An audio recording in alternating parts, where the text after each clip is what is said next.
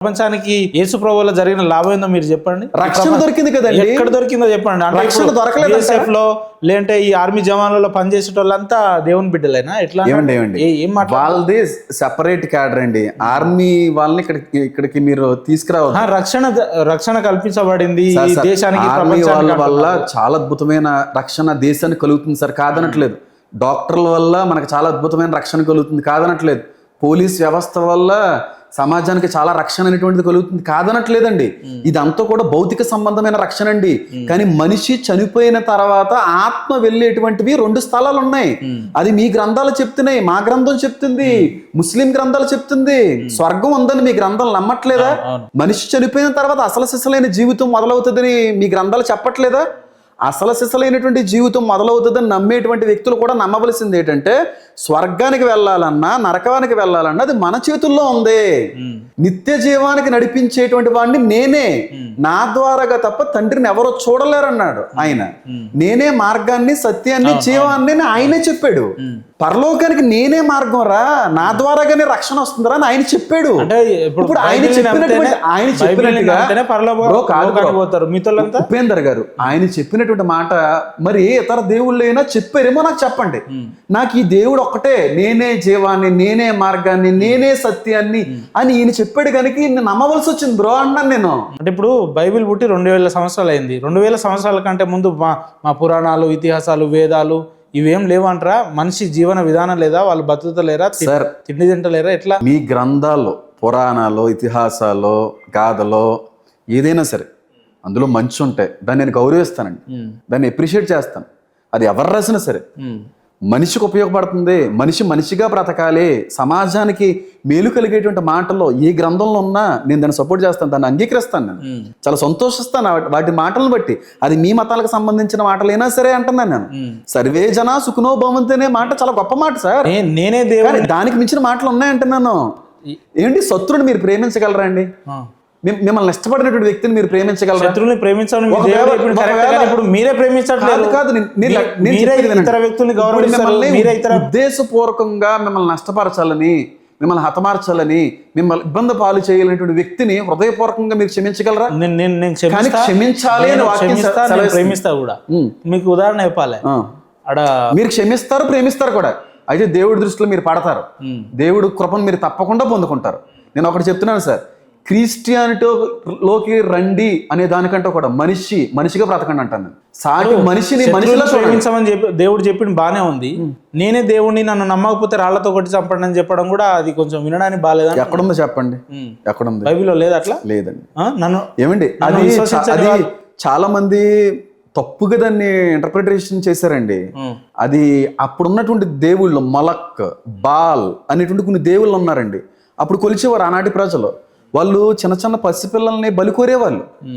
అలాంటి పసిపిల్లల్ని బలి కోరడానికి ఇజ్రాయేలీల్ని వాళ్ళు మభ్యపరుస్తూ ఉండేవారు. అలా వచ్చి మిమ్మల్ని ఏమన్నా ఇబ్బంది పెడితే వాళ్ళని కొట్టి చంపండి అన్నారు. తప్ప అది ఆల్రెడీ మీతో నేను లాస్ట్ ఇయర్ కూడా డిస్కస్ చేశాను. నేను మాట్లాడిన దాంట్లో సగం ఉంచుతారు, సగం తీసేస్తుంటారు మీ ఇంటర్వ్యూస్ లో. ఎక్కడ తీసిన 2.5 గంటలు ఇది కూడా తీసేస్తారు, నాకు తెలుసు బ్రో. 2.5 గంటలు నేను మాట్లాడితే 1.5 వీడియో మీరు రిలీజ్ చేశారు. మీరు ఛానల్ బ్లేమ్ చేయడం తప్ప ఇంకోటి కాదు, మీకు ఆధారాలతో చూపిస్తా.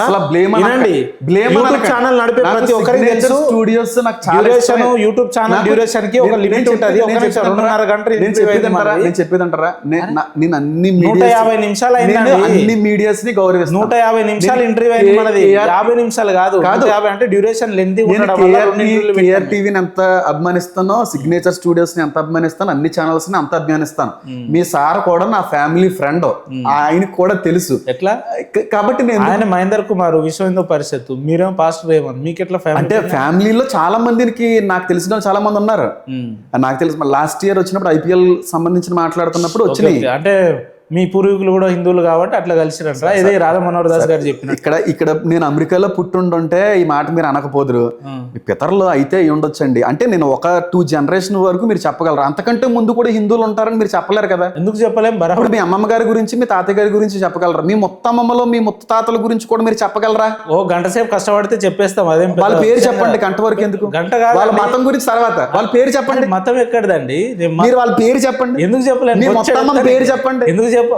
మీరు మీ మొత్తమ్మ గారి పేరు చెప్పండి, అలా మతం గురించి సర్వ మాట్లాడదాం. సేపు కష్టపడితే ముత్తమ్మ కాదు అసలు ఈ భూమి పేరు చెప్పండి సార్. భూమి ఎప్పుడు ఒక 2 జనరేషన్స్ వెనక్కి వెళ్తే వాళ్ళు ఏంటో, వాళ్ళ పరిస్థితులు ఏంటో, వాళ్ళ ఆచారాలు ఏంటో కదా ఏమి తెలియనప్పుడు అందరూ హిందువులు. జనరేషన్ అంటే 200 సంవత్సరాలు అనుకోండి. 200 సంవత్సరాల కింద ఏం జరిగిందోనే తెలుసుకోలేనప్పుడు అలా తప్పండి. మా బైబిల్ పుట్టి 2000 సంవత్సరాలు అయింది.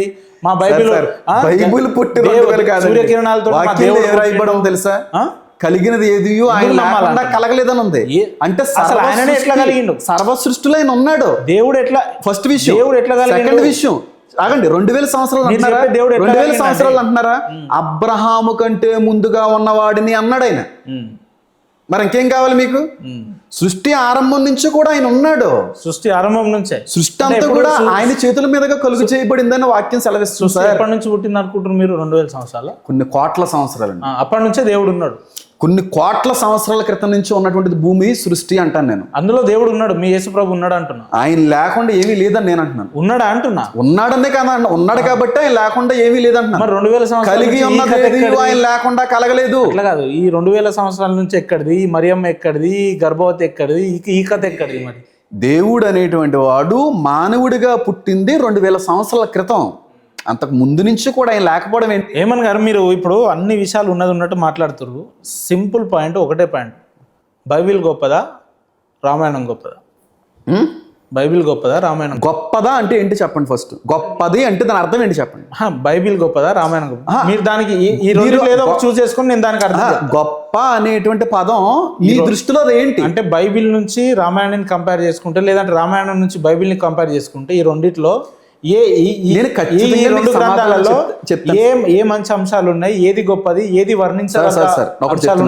గొప్ప అంటే చెప్తున్నాను. గొప్ప అంటే ఏంటి? అరే ఈ రెండిట్లో ఏది అంటే ప్రయారిటీ ఇవ్వదలుచుకున్న ఏ విషయంలో? అన్ని విషయాలలో. ఇప్పుడు మీరు ఇందాక అన్నట్టు ఆ విషయాలలో సనాతన ధర్మంలో అట్లుంది, మా గ్రంథంలో ఇట్లుంది, అట్లా కంపేర్ చేసుకుంటే మీరు ఒక మత గ్రంథాన్ని ఫాలో అవుతున్నారు. మీకున్నటువంటి విశ్వాసం ప్రకారంగా మీరు ఆచరించేటువంటి గ్రంథంలో ఉన్నటువంటి విషయాల్లో గొప్ప విషయాలు కొన్ని చెప్పండి. మీరు ఎన్ని కావాలి? నేను చెప్తాను, నేను డబల్ చెప్తాను అంటాను. మీ వరకు ఉన్నటువంటి గొప్ప విషయాలు ఏంటో నాకు తెలియదండి. అసలు గొప్ప అంటే ఏంటో నాకు అర్థం కాలేదు. బైబిల్లో ఉన్న గొప్ప విషయాలు ఏందో 4 చెప్తే, బైబిల్లో ఉన్న భూత పురాణాలు ఏందో కూడా నాకు అక్కడ బుక్ ఉంది, దాన్ని మీరు కొంచెం వివరిస్తే నేను కూడా అంటే సాటిస్ఫై. మీరు గొప్ప అంటే ఏంటో చెప్పండి. నేను చెప్పిన కదా, 2 గ్రంథాలని కంపేర్ చేస్తే ఇందులో మంచి అంశాలు ఉన్నాయా, లేదంటే రామాయణంలో మంచి అంశాలు ఉన్నాయా, లేదంటే ఇప్పుడు అది ఎలా ఉంటుందంటే ఉపేంద్ర గారు, ఇప్పుడు అనవసరంగా ఇతర మతస్థులను కూడా మన మనోభావాలను దెబ్బతీసినట్టుగా ఉంటది ఇది కథ. అంటే మీరు చెప్పలేరని కాదండి. ఇప్పుడు ఇతర మతస్థులు మీ మత గ్రంథానికి సంబంధించిన గొప్ప విషయాలు చెప్పండి. నేను చెప్తాను. మా మత చెప్పమంటారా? పోనీ చెప్పండి. చెప్పమంటారా? మీరు ఏమన్నా కంపేర్ చేసుకుని మీరు చెప్తారా? సరే చెప్పు. నిన్ను వల్లే నీ పొరుగు వాళ్ళని ప్రేమించమన్న ఏకైక గ్రంథం అండి. నీ శత్రువును కూడా ప్రేమించాలి అన్న ఏకైక గ్రంథం అండి. నీ శత్రువుని ప్రేమించడంతో పాటుగా వాళ్ళ యొక్క క్షేమం కొరకు ప్రార్థించాలన్నటువంటి ఏకైక గ్రంథం అండి. ఎవరైనా దేహి అని చెయ్యి చాపితే ఆగకుండా ఆలోచించకుండా సహాయపడాలి అన్న నా విషయాలన్నీ చెప్పండి. ఏకైక గ్రంథం అండి. ఏమండి, అందరి ముందు బట్టలు ఇప్పించి సిలువ ఎక్కించి అని చంపేస్తుంటే, తండ్రి వీరికి ఏం చేయుచున్నారు వీరికి తెలియదు, దయించి క్షమించండి అన్న ఏకైక గ్రంథం అండి. శత్రువులను కూడా ప్రేమించాలి. చీకటిని వెలుగుని కూడా ఏకరీతిగా ప్రేమిస్తున్నటువంటి ఏకైక దేవుడు ఉన్నటువంటి ఏకైక గ్రంథం అండి. లోకాన్ని ఎంతో ప్రేమించినటువంటి గొప్ప దేవుడు అండి. సర్వ మానవాళి యొక్క పాపాల కోసం కార్చినటువంటి దేవాది దేవుడు అండి. ఇంకెన్ని చెప్పనండి. పరదేశులు ప్రేమించండి అన్న దేవుడు అండి. అందరినీ సమానంగా ప్రేమించున్న దేవుడు. మా గ్రంథాలలో పరదేశాన్ని పరమతాన్ని ప్రేమించండి, గౌరవించండి ఏమి ఉండవు కదా. ఏమండి చెప్పండి. మీకు అట్లా నేను చెప్పమనే చెప్తున్నాను. ఈ జస్ట్ శాంపుల్ మాత్రమే, కొన్ని వేలు చెప్తాను. మీకు ఏదన్నా ఉంటే మీరు అట్లా కాదు. ఇప్పుడు మీరు చెప్పమంటేనేమో ఈ జస్ట్ శాంపుల్ నేను ఒక 1000-2000 చెప్తా అంటున్నారు. కానీ పొద్దున్న లేస్తే బైబిల్ గ్రంథం గురించి పోర్ట్రేట్ అయ్యేది ఏంది? మరి ఏంటి దాని కారకులు ఎవరు అంటున్నా? ఏంటది? పొద్దున్న లేస్తే బైబిల్ గురించి ఏం పోర్ట్రేట్ అయింది మీకు తెలియదు అంటున్నా. ఏంటి పోర్ట్రేట్ అవడం?